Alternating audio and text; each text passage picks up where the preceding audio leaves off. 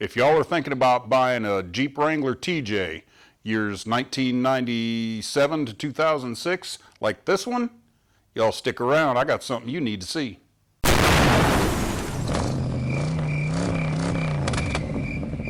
What's up, y'all? Welcome back to the channel. My name's Clint.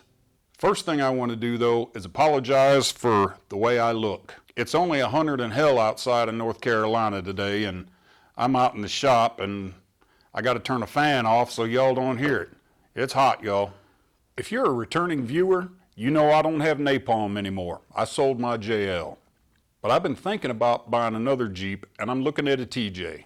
The TJ generation has been around a little while.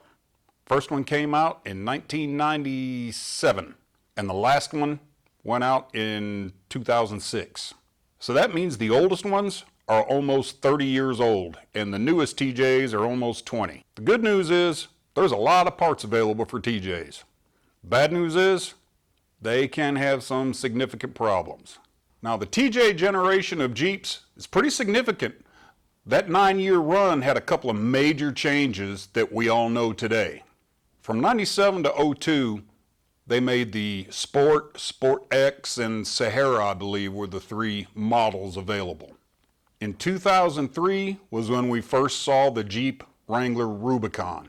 Now that was significant because for the first time, Jeep actually put some really good axles underneath it. The Rubicon came with Dana 44s front and rear and air lockers from the factory, which was a major upgrade for those off-road enthusiasts. And then just 1 year later in 2004, Jeep released the Jeep Wrangler Unlimited. These models ran 2004, 2005, and 2006 to the end of the TJ era. And the first 3 years of the Unlimited were 2 doors. The 4-door Unlimited did not come out until 2007 with the JK. I had a 2004 LJ, and I wish I still had it. Since I'm back in the market for another TJ, I thought I'd go ahead and share with y'all probably one of the most major things that I look for when I'm looking at a TJ. Now, obviously, you're going to want to pop the hood just like you would on any vehicle you're thinking about buying. I'm going to look, see if I see anything obvious. I'm going to see if the oil filter looks wet. I'm going to obviously look at the oil filter and see if it looks fairly new, that the oil's been changed recently. Reach down here, check your belts. Another thing, these old TJs, these tensioners, they can go out just like that with no warning whatsoever. Ask my old lady about that. Then I'm going to come over here on the driver's side and just take a look at those injectors and see if I see any insulation around them. You should have, because the 4.0 engine, it has an issue with heat soak. If you don't know what heat soak is, you're driving around, usually only happens in the summertime or when it's warm out. Heat soak is when you're driving around, Jeep's driving just fine. You stop in to get gas or run in to get a cold beer or a cold water if that's your thing. Run right back out, crank it back up, and it runs like crap. What has happened is when you shut that motor off, because of the way the injectors are placed on the engine, the intake manifold is directly below the exhaust manifold. They're both on the driver's side.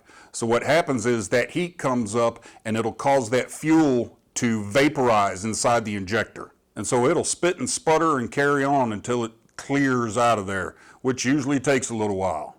But there's a pretty simple fix for it. You can get the factory insulation and replace that, or you can just take a little piece of foam and wrap around the injectors. We had an issue with that on the number 4 cylinder, and that's where it's most common. The number 4 and number 6 cylinders, I think, is where it happens more often than not. The other thing I'm going to do is I'm going to look underneath the Jeep, because if it's been sitting there a while, another problem you're going to have with TJs is the rear main seal. All these Jeeps are going to have 100,000 miles or more on them by now. I mean, they're almost 20 years old, almost 30 years old. You get one with less than 100,000 miles, you're doing pretty good. Look, see if you see any little drops of oil. Rear main seal. It's not, it can potentially be a serious pain in the butt. I've replaced this one. The problem is you have to remove the exhaust to get the oil pan off. Now, You don't have to take the transmission off to replace the rear main seal on this. You can do it sitting up in the Jeep with everything still connected the way it should. But you got to drop the oil pan, and to drop the oil pan, you have to drop the exhaust. And sometimes that exhaust can be a booger. If you want proof of that, check the description below. I'll have a link down there to a video I made where I replaced the catalytic converters on this Jeep. That was fun.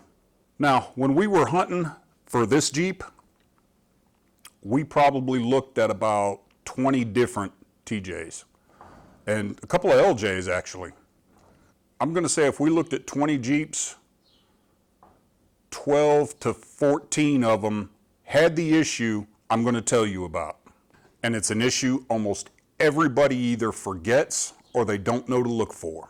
The number one thing that I look for when I'm looking at a TJ is the frame rail. And it's going to be right in front of the rear tires on both sides. You see how the frame swoops down here? There is no drain hole under here where it flattens out. And if you'll look, M's Jeep doesn't have it because she's got long arms now.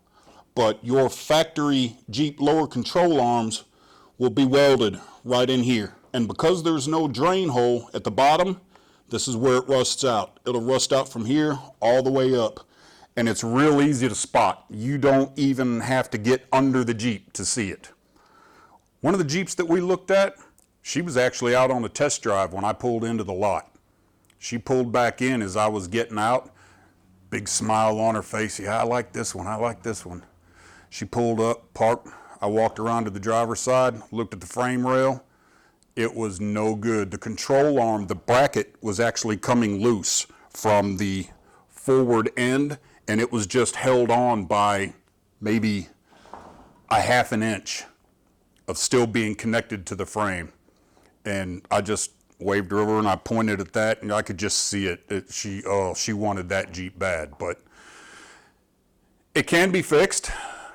Clayton Off-Road, Moto-Built, I'm sure Genrite and several other companies, they make a piece of that frame. You don't have to cut it out and weld a new piece in, but it's almost like a sleeve that goes over the top. Obviously, you're going to have to fix it up some and do some grinding and cleaning up and all that kind of stuff, but then you can weld that right over. And one of them, I want to say it's Clayton, already has the lower control arm bracket on it.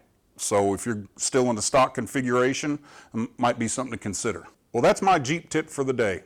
If you're looking at buying a TJ, do not forget to look at the frame rails, both passenger and driver side, right in front of the rear tires. Even if it's a bone stock Jeep, you'll be able to see it if it's there. You don't have to get underneath it. You can just walk by and glance at it. And you don't even need to tell the salesperson that you're looking at it, because chances are they're not going to know about it either. So before you write that check, hand over that cash, or sign on the dotted line, check those frame rails. Hope you liked the video. Remember to like, comment, subscribe, and share. Till next time, keep the shiny side up and Jeep on.